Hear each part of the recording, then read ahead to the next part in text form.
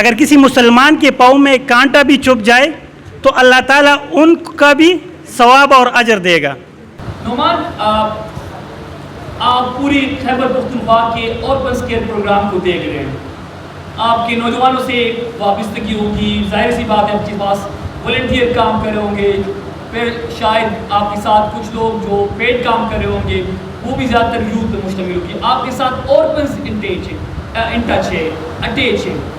کیا دیکھتے ہیں اورپنز میں جو نوجوان ہیں ان کے چیلنجز کیا ہے؟ کس طرح گورنمنٹ کو وہ بچہ جن کے سر پہ باپ کا سایہ نہیں ہے، یا یتیم بھی ہے، یسیر بھی ہے، ان کے ایشوز کیا ہے؟ گورنمنٹ لیول پہ کیا ہو سکتا ہے اس چیلنجز کم کرنے میں؟ پرائیویٹ سیکٹر میں، سول سیکٹر میں ایشوز کیا کس طرح اوور کم ہو سکتے ہیں؟ عثمان بھائی کا شکریہ ادا کرتا ہوں، ڈسٹرکٹ یوتھ آفس کا۔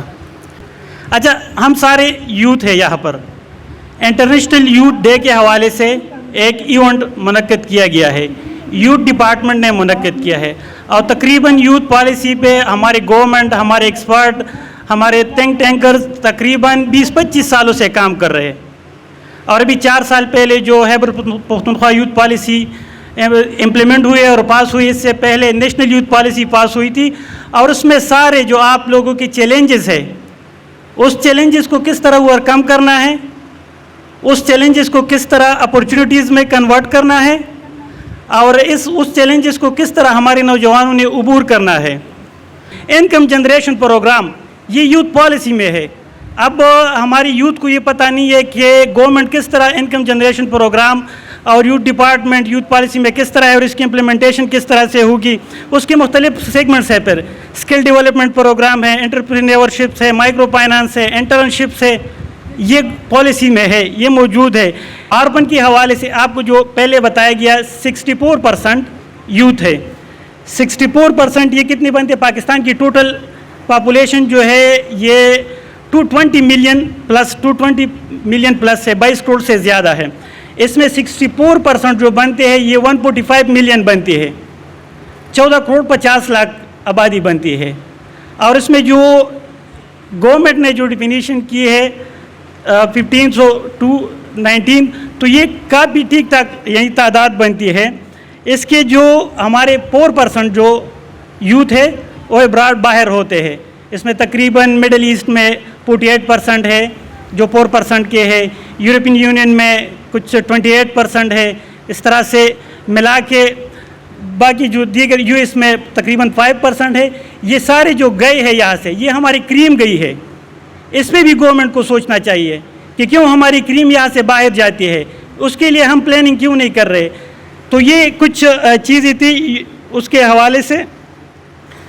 اربنس کو جو مسائل درپیش ہے، جو چیلنجز ہے، آپ تمام یوتھ سوچ لیں، جتنے آپ کے چیلنجز ہیں اس کے 10 گنا زیادہ چیلنجز اربنس کے ہیں۔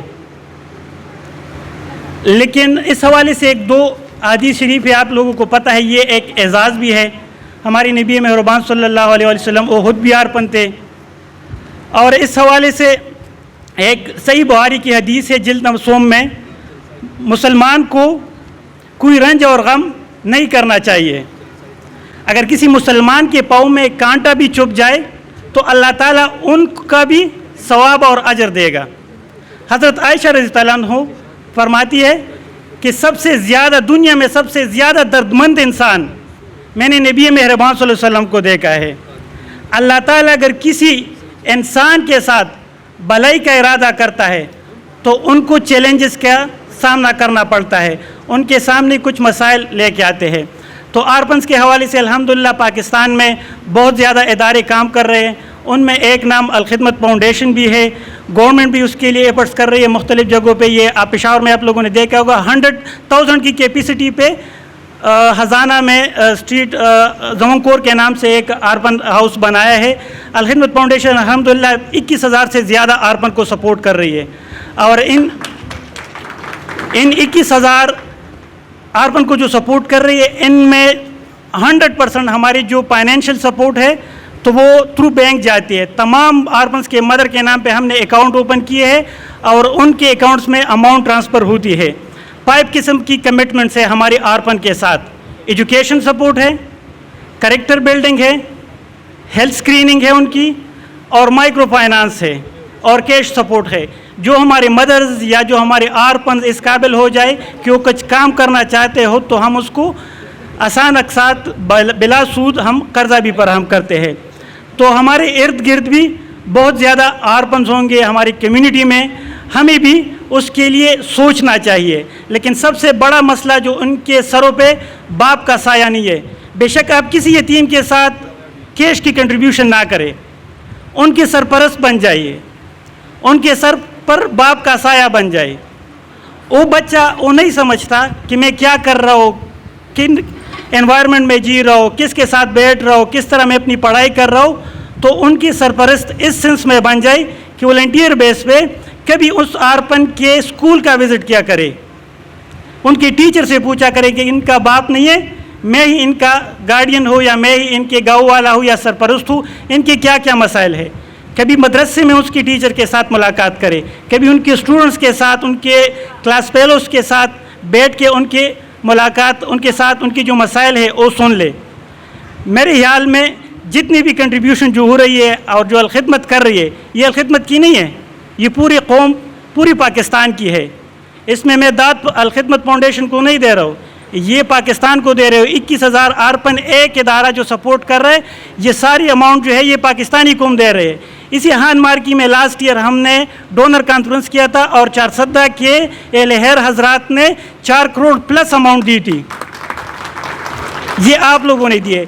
चैलेंजेस बहुत ज़्यादा है, लेकिन इन चैलेंजेस से हमने घबराना नहीं है। स्पेशली यूथ के लिए और जो आरपन्स है तो उसके लिए काम हो रहा है, तो आपका शुक्रिया अदा करते इस पे।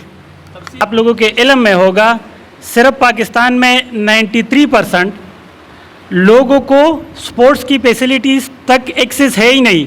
सिर्फ 7% जो यूथ की जो कैटेगरी है, 93% एक्सेस नहीं है स्पोर्ट्स के उस पे, और ये सिर्फ 7% एक्सेस है यूथ के हवाले से। इसी तरह से 94% यूथ को लाइब्रेरी की एक्सेस नहीं है, और 93% यूथ को जो स्पोर्ट्स की एक्सेस नहीं है। इसकी नंबर्स कितनी बनते हैं आप लोगों के इल्म में है? 35 मिलियन, 3 करोड़ 50 लाख इसकी नंबर्स बनती है। यानी एक तो वो स्पोर्ट्स है जो हम रोड के किनारे पे, रोड पे टायर खड़ा करके और या 2-3 ईंट रख के वो स्पोर्ट्स खेलते हैं, जो हमारी तकरीबन 90% यूथ खेलती है। उससे हट के तो ये चैलेंजेस हमें भी है, और इसको ओवरकम करने के लिए हमने खैबर पख्तूनख्वा में 40 स्टडी सेंटर्स बनाए हैं, और हम हर स्टडी सेंटर में महीने में 3 घंटों के लिए आरपन्स और उसके मदर को, माजरत के साथ यहाँ पर आरपन्स का नाम मैं इसलिए लेता हूँ, हम पे पाबंदी है और हमारी इवेंट्स पे भी पाबंदी है। हम इन आरपन्स को शाइनिंग स्टार कहते हैं, तो ये हम इन शाइनिंग स्टार्स को बुलाते हैं और उसकी मदर्स को 3 घंटे का इसका सेशंस होता है, उसमें तकरीबन 1 घंटा स्पोर्ट्स की एक्टिविटीज़ का होता है। और इसी तरीके से 5 स्टडी सेंटर्स हमारे चारसद्दा में भी है, और ये हर महीने आते हैं। उसी स्टडी सेंटर्स में हम ट्रैवलिंग भी देते हैं इन शाइनिंग स्टार्स को, और बाहिम्मत माओ को रिफ्रेशमेंट भी देते हैं, और इस तरीके से जो पाकिस्तान के वेल नोन ट्रेनर्स हैं उनको भी बुलाते हैं। लेकिन मैं रिक्वेस्ट करूँगा जो गवर्नमेंट की जो है इस इवेंट के थ्रू से कि ये होनी चाहिए, एक तो एक्सेस होनी चाहिए, दूसरा अपॉर्चुनिटीज़ के लिए जदोजहद भी करनी चाहिए, और जो अवेलेबल अपॉर्चुनिटीज़ है उनसे फ़ायदा उठाना चाहिए। मैं रोज़ाना की बुनियाद पे अब्दुल वली खान स्पोर्ट्स कम्प्लेक्स से गुज़रता हूँ, लेकिन कभी कभार मेरा दिल भी दुखता है इस पे कि एक बिल्डिंग तो बनी है, लेकिन चारसद्दा की यूथ उससे उस अंदाज में यूज़फुल नहीं कर रहे, या उससे इस अंदाज से मुस्तफ़ीद नहीं हो रहे। इसके लिए प्लानिंग होनी चाहिए। अगर क्रिकेट नहीं खेल सकते, वहाँ पर फुटबॉल रेगुलर नहीं खेल सकते, कम से कम वहाँ पे तो जॉगिंग कर सकते हैं, वॉकिंग तो कर सकते हैं, जो वॉकिंग ट्रैक्स है, और ये हर किसी के लिए होनी चाहिए। लेकिन हमारे यूथ की एक कमज़ोरी और चैलेंज ये भी है कि हम डर के स्पोर्ट्स कम्प्लेक्स के अंदर भी नहीं जाते, हमें पता ही नहीं है कि इसके क्राइटेरिया क्या है। हम